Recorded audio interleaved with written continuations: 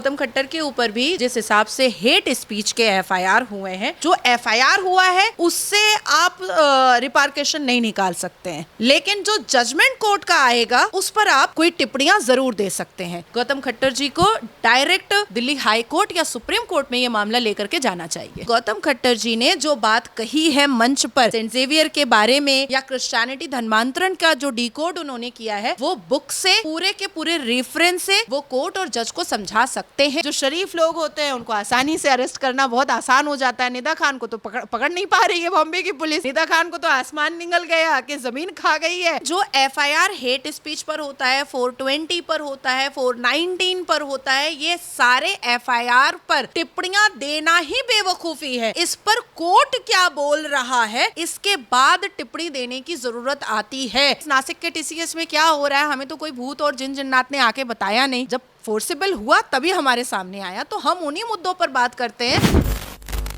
नमस्कार, आप देख रहे हैं वो न्यूज़ और मैं हूं आपके साथ यशस्वी शर्मा। जाने माने यूट्यूबर और सनातन के ऊपर बोलते हैं, सनातन के हित में बोलते हैं गौतम खट्टर, लेकिन अभी लगता है कि उनकी ज़िंदगी में भूचाल सा आ गया है जब से उन्होंने एक ऐसा बयान दिया है जिसके बाद पुलिस की कस्टडी में उनको ले जाएगा और उनको पुलिस थाने ले जाके जेल के अंदर डाल दिया गया है। दरअसल उन्होंने बयान दिया कि 16वीं सदी में गोवा के सेंट जेवियर स्कूल में जबरन तरीके से ईसाई धर्म में कन्वर्ट किया जाता था। 1000 से ज़्यादा मंदिर तोड़ दिए जाते थे और जो लोग कन्वर्ट नहीं होते थे ईसाई धर्म में उनको जाता था और जो आसपास के स्थानीय लोग थे उनका रहन सहन जबरन तरीके से बदलने की कोशिश करी जाती थी, जिसके बाद गोवा पुलिस ने उनको अरेस्ट करा और गोवा पुलिस का कहना है कि इससे तनावपूर्ण स्थिति पैदा हो सकती है। तो इसी के ऊपर मेरे साथ बातचीत करने के लिए सुप्रीम कोर्ट की वरिष्ठ वकील नाज़िल खान मौजूद हैं। संविधान के तौर पर और जिस तरीके से ये धार्मिक विवाद इस्लाम को लेकर और हिंदुओं को लेकर शुरू हो चुका है, गौतम खट्टर ने जो बयान दे दिया है इसके बारे में वो क्या सोचती हैं?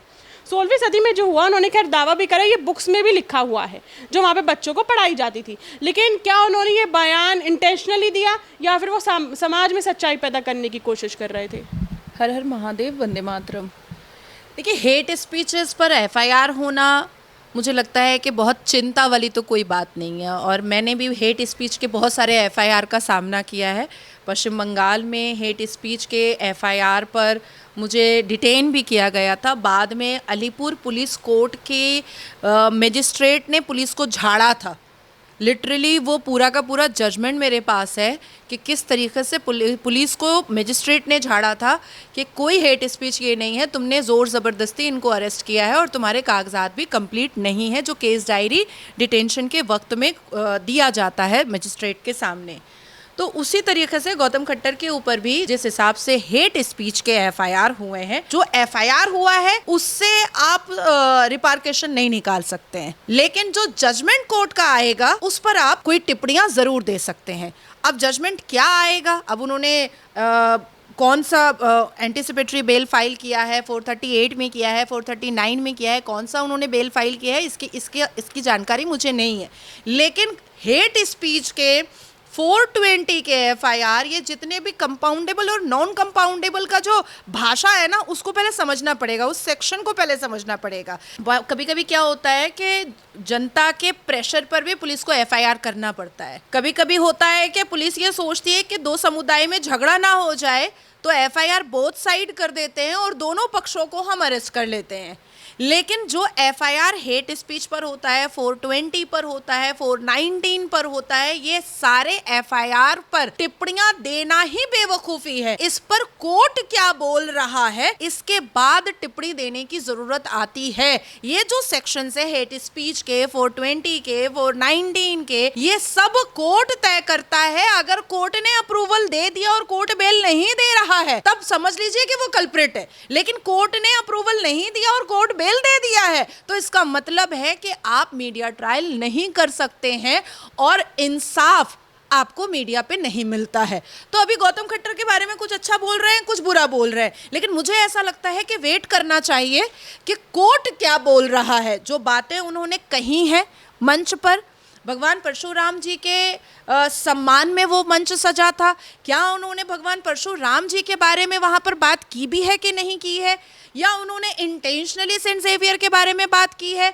या उन्होंने एक अच्छी बात को इतिहास के तौर पर समझाने और बताने की कोशिश की है? क्योंकि वो खुद पीएचडी हैं, कोई जाहिल आदमी तो वो है नहीं, इतनी बड़ी डिग्री पीएचडी की लेकर के बैठे हुए हैं।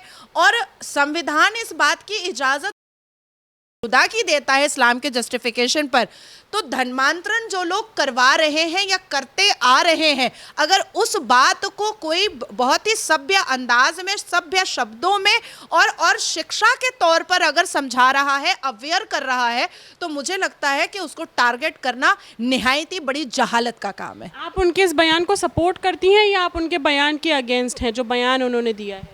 Who the hell I am to support or against? I am no one. जब मैंने मोहम्मद की दुकान कही थी तो मुझे कोर्ट को मुझे समझाना पड़ा कि मैंने प्रॉफिट मोहम्मद नहीं बोला है। रोज 10 मोहम्मद रोज टेररिस्ट वाले अरेस्ट हो रहे हैं, 10 मोहम्मद रोज अरेस्ट हो रहे हैं जिन्होंने मोहम्मद अयान जिसने 180 लड़की का शोषण किया है और उसका वीडियो बनाया है, तो ऐसे मोहम्मद तो बहुत सारे जेल में हैं। तो अगर उसके नाम से सुअर की दुकान खुल जाए तो क्या ही बुरा है। तो मुझे कोर्ट को समझाना पड़ा। अब तय ये करना है कि गौतम खट्टर जी ने जो बात कही है मंच पर सेंट जेवियर के बारे में या क्रिश्चियनिटी धर्मांतरण का जो डिकोड उन्होंने किया है, वो बुक से पूरे के पूरे रेफरेंस से वो कोर्ट और जज को समझा सकते हैं कि नहीं समझा सकते हैं। अगर वो समझा लेते हैं तो इसका मतलब है कि वो सही थे, और अगर वो नहीं समझा पाते हैं तो इसका मतलब है कि प्रोवोकेशन किया गया था। पुलिस उनको अरेस्ट करके जेल में डाल दिया। पुलिस के इस एक्शन के ऊपर आप क्या कहेंगी? जैसे उन्होंने बयान दिया तो गोवा पुलिस ने उनको अरेस्ट करा और जेल में ले जाके डाल दिया, जिसके बाद लोगों का कहना है कि मतलब भारत में बात रखना भी सभ्य तरीके से गुनाह हो चुका है, कि इतिहास बताना कि इतिहास में 16वीं सदी में ऐसा ऐसा हुआ था। इसका मतलब तो भारत संवैधानिक देश ही नहीं है, कोई कुछ भी बोलेगा पुलिस उठा के जेल में डाल देगी। देखिए, हेट स्पीच हो या बहुत सारे ऐसे सेक्शंस हैं जिसमें डायरेक्ट अरेस्ट होता ही नहीं है, उसमें नोटिस आती है। पहले नोटिस को ले करके बैठना पड़ता है, पुलिस उसको इंटरोगेट करती है, उससे सवाल जवाब पूछती है, उससे रेफरेंसेस लेती है कि आपने किस आधार पर ये सारी बातें कही हैं। अगर दोबारा बुलाना पड़ता है तो पुलिस दोबारा बुलाती है, उस नोटिस को कॉम्प्लाई करवाती है। अगर पुलिस सेटिस्फाइड नहीं होती है तब जा कर के अरेस्ट करती है। तो यहाँ पर कानूनी तरीके से पुलिस ने कुछ ज़्यादा एनर्जी दिखाई है, और एफआईआर पर गौतम खट्टर के भाई का नाम नहीं था और वो लॉ स्टूडेंट था। बिना एफआईआर के नाम पर और बिना नोटिस भेजे उस 18 साल के लॉ स्टूडेंट को पुलिस आकर के उठा करके ले करके चली गई, और फिर पुलिस ये एक्सक्यूज़ दे रही है कि उसने इसको पोस्ट किया था, स्क्रिप्ट इसने लिखी थी। तो आपको कहाँ से पता चला कि उसने स्क्रिप्ट लिखी थी? आपको सपना आया या उसके घर वाले ने आपको फ़ोन करके बताया कि इसी ने स्क्रिप्ट लिखा है? तो बहुत सारी चीज़ों में पुलिस जो है वो कटघरे में खड़ी हो रही है। और जहाँ तक मुझे ऐसा लगता है, क्योंकि मैं खुद इस परिस्थिति से बाहर आई हूँ, तो मुझे ऐसा लगता है कि इस बार भी गोवा पुलिस को झाड़ सुननी पड़ेगी गोवा के कोर्ट से और जजेस से, क्योंकि आप बियॉन्ड द लॉ कुछ नहीं कर सकते हैं। आप बियॉन्ड द लॉ आप किसी को ह्यूमिलिएट या इंसल्ट नहीं कर सकते हैं। दूसरी बात आती है कि ज़रा उन पर हाथ डालकर देखो ना, से बैठ करके गजवाए हिंद का मेल खेलते हैं, तो उन पर तो हाथ डाला नहीं जाता है। जो रोज़ यूट्यूब चैनल और कंटेंट क्रिएटर के नाम पर महिलाओं को असम्मानित करते हैं, तो उन पर तो हाथ, उनके कॉलर पर तो हाथ जा नहीं पाता है। अब होता क्या है कि सभ्य लोग जो होते हैं, जो शरीफ लोग होते हैं, उनको आसानी से अरेस्ट करना बहुत आसान हो जाता है। निदा खान को तो पकड़ नहीं पा रही है बॉम्बे की पुलिस। निदा खान को तो आसमान निगल गया कि ज़मीन खा गई है, पता नहीं चल रहा है। लेकिन जो लोग विजिबल होते हैं, जो लोग रिनाउंड होते हैं, उनको पकड़ना बहुत आसान होता है। आपको लगता है कि जो गोवा पुलिस ने उनके भाई को अरेस्ट करा है ये बयान देके कि स्क्रिप्ट जो है उन्होंने लिखी थी? इस पर पुलिस पर कार्रवाई हो सकती है, और मुझे ऐसा लगता है कि गौतम खट्टर जब बाहर आएंगे तो वो यकीनन ये जो गलत काम किया गया है इस पर वो कार्रवाई उनको करनी भी चाहिए, और हो भी सकता है बहुत अप्रोप्रिएट तरीके से हो सकता है। और मुझे ऐसा लगता है कि गौतम खट्टर जी को डायरेक्ट दिल्ली हाई कोर्ट या सुप्रीम कोर्ट में ये मामला लेकर के जाना चाहिए। 16वीं सदी में उन्होंने कन्वर्जन की बात करी और अब 21वीं सदी है। इतनी सदियां बीत चुकी हैं, सरकारें बीत चुकी हैं, शासनकाल बदल चुका है, रहन सहन टेक्नोलॉजी बदल चुकी है, लेकिन ये कन्वर्जन का मामला रुकने की बजाय बढ़ रहा है। अब ऐसा असम्पशन लगाए कि जब 22वीं सदी 25वीं सदी आएगी तब भी यही चलता रहेगा या रुकेगा? देखिए, इस्लाम के हिसाब से जब तक इस ब्रह्मांड का ज़र्रा ज़र्रा इस्लामिक नहीं हो जाता है तब तक ये कन्वर्शन तो चलता रहेगा। गोवा हो या ये पूरा ब्रह्मांड हो या चाहे मक्का मदीना का क्राउनशिप हो या किंगडम हो, कोई को इनकार नहीं कर सकता है। कन्वर्शन है, हमारे इस्लाम में भी है, कन्वर्शन बाइबल में भी है। तो जो चीज़ है लिखी हुई इस किताबों में उसको कौन इनकार कर सकता है? अगर किसी देश की या भारत देश के न्यायपालिका को कन्फ्यूजन है तो दो चार जो है वो बामायने सुन ले, क्या प्रॉब्लम है इसमें? इसमें तो कोई प्रॉब्लम है नहीं।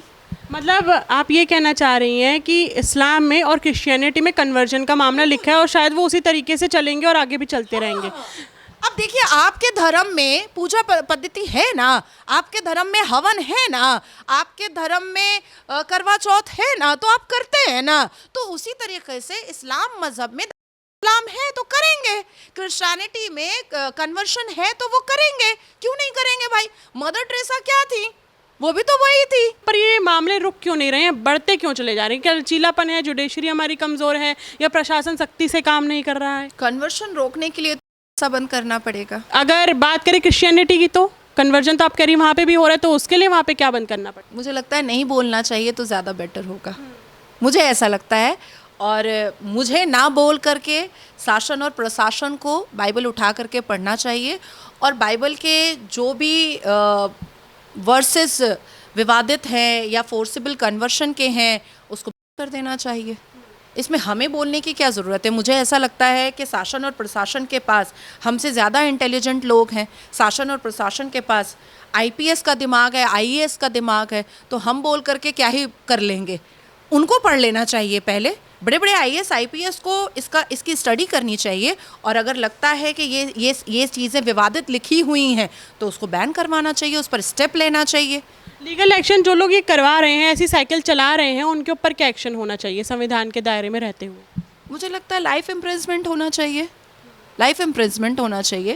And the second thing is कि कन्वर्शन जब तक फोर्सिबल होता है तभी वो हमारे सामने आता है और जब वो आपसी सहमति से होता है तब हमारे सामने बिल्कुल नहीं आता है।